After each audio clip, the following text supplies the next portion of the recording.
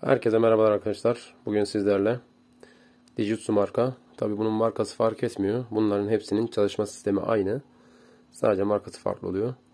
Böyle bir sulu soğutucu ya da bunun ısıtıcı olarak da kullanabilirsiniz ama ısıtıcı özelliğini fazla kullanılmıyor.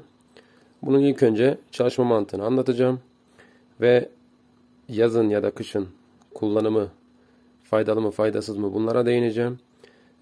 Öncelikle çalışma mantığıyla başlayalım. Evet arkadaşlar, ürünümüz bu şekilde. Şurada bir açma kapama düğmemiz var. Şurada salınım var. Yani şuradaki pervanenin sağa sola dönümü var. Şurada zamanlayıcı var. İstediğiniz kadar 1 saat, 2 saat ya da bunu istediğiniz kadar şu işaretlerden 4 saat, 2 saat ya da 1 saat gibi çalıştırabiliyorsunuz. Burada kademeler var, hızlar var. Bu yavaş mod, bu hızlı, yani orta mod, bu hızlı mod. Burada program var. Burada dinlene dinlene çalışır. Biraz çalışır, biraz durur. Biraz çalışır, biraz durur. Bu ekonomik mod, bu da sürekli mod. Yani bu sürekli çalışır. Burada ise eko mod var. Burada ise dinlene dinlene. 1 dakika kadar çalışıyor. Bir 20-30 saniye dinleniyor. Tekrar çalışıyor. Bu ise zaten nemlendirme dediği, bunun gerçek özelliği bu. Buna bastığımızda şöyle döndürelim. Bunun arkasında su haznemiz var.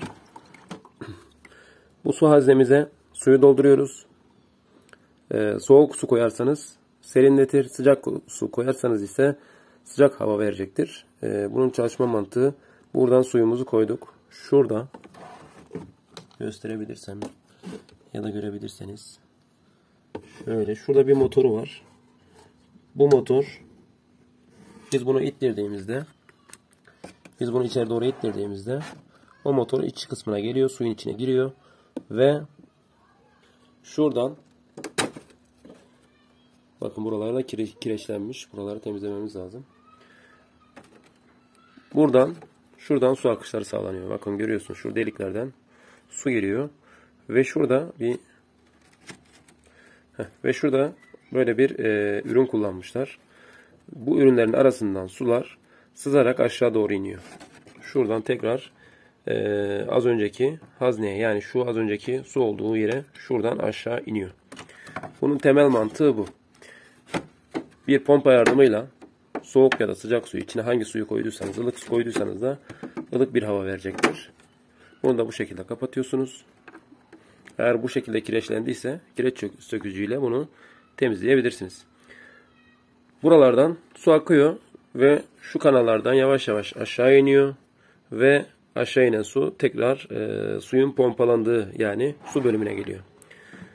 Bunun şöyle, soğuk su koyarsanız hızlı bir şekilde su ılıyacağı için şöyle 2 tane buz haznesi yanına veriliyor.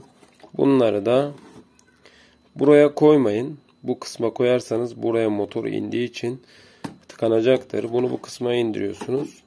Tabii bu şu an buz değil, biz koymayacağız. Bunu bu kısma indiriyorsunuz. Buzları varsa buz da koyabilirsiniz. Direkt buz da bırakabilirsiniz. Motor bu kısma geldiği için bu kısma bırakmıyoruz. Ve bunu bu şekilde kapatıyoruz. Ve kapatmış olduk. Kablosunu şuraya sarabiliyorsunuz. Olur da bunda işiniz bitti, şuraya kablosunu sarabiliyorsunuz.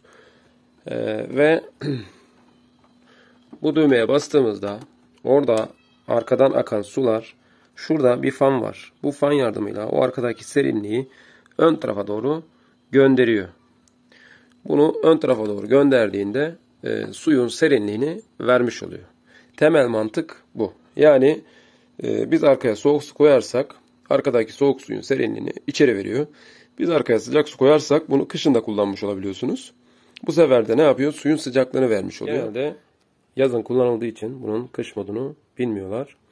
Şimdi burada en çok merak edilen 2 tane soru var. 1. Bunun sesi yüksek mi? 2. Klima gibi soğutuyor mu? Şimdi öncelikle sesini bir dinleyelim.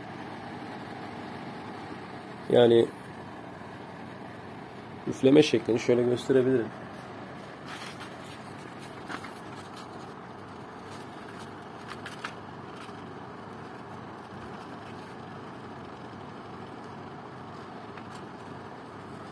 Üfleme şekli gayet yeterli.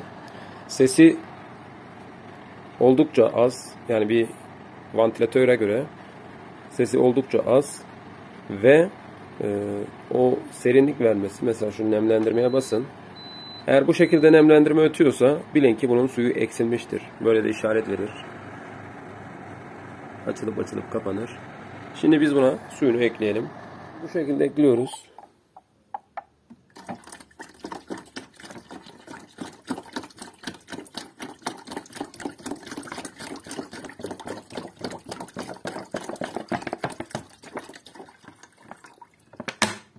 Yani normalde siz bunu buraya kadar doldurmanız lazım. Uzun süre kullanmak istiyorsanız. Ben şimdilik o uyarı şeyini göstermek için az doldurmuştum. Şimdi bunun yerini tekrar kapatalım. Burayı kapattık ve tekrar çalıştıralım. Bakalım yine uyarı verecek mi?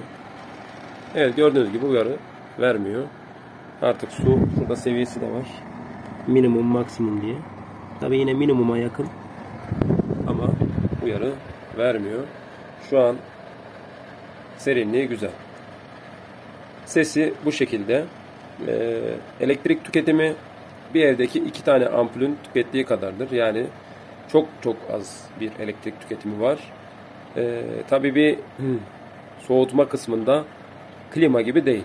Klima komple bir odayı soğuturken bu sadece olduğu bölgeyi, yani bir 15-18 metrekarelik bir alanı sadece üflediği yerde bir serinlik veriyor. Onun harici içeride bir serinlik tutturmuyor. Yani bir klima gibi değil.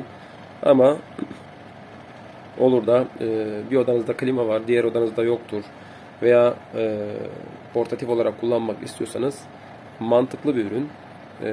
İçine soğuk su koyup ve bunu rahatlıkla kullanabilirsiniz. Ya da bir çocuğunuz eğer ders çalışıyorsa ve kliması yoksa bunu kullanabilir. Sesi ve elektrik tüketimi de oldukça az.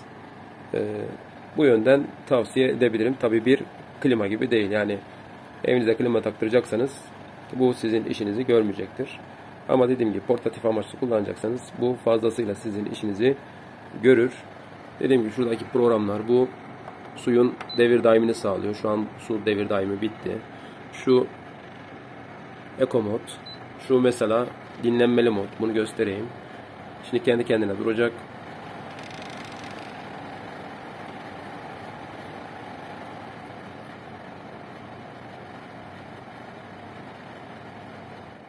Evet. Kendi kendine duruyor. Ve tekrar çalışıyor. Onu çok ben tavsiye etmiyorum. Sürekli motor durup çalışacak.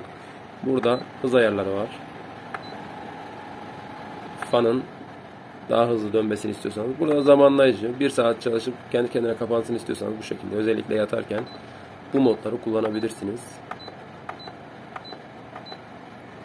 Şurada salınım var. Salınımı sadece belli bir yere vermek istiyorsanız buna bastınız mı sadece o kısma üfleyecektir. Ve kapatma tuşumuz. Evet arkadaşlar. Bu sulu soğutucuyla ilgili videomuz da bu kadar. İnşallah faydalı olmuştur. Sormak istediğiniz sorular olursa yorumlar kısmından yazarsınız. Cevaplamaya çalışırım. Bu videomuz da bu kadar. Diğer videolarda görüşmek dileğiyle. Hoşçakalın.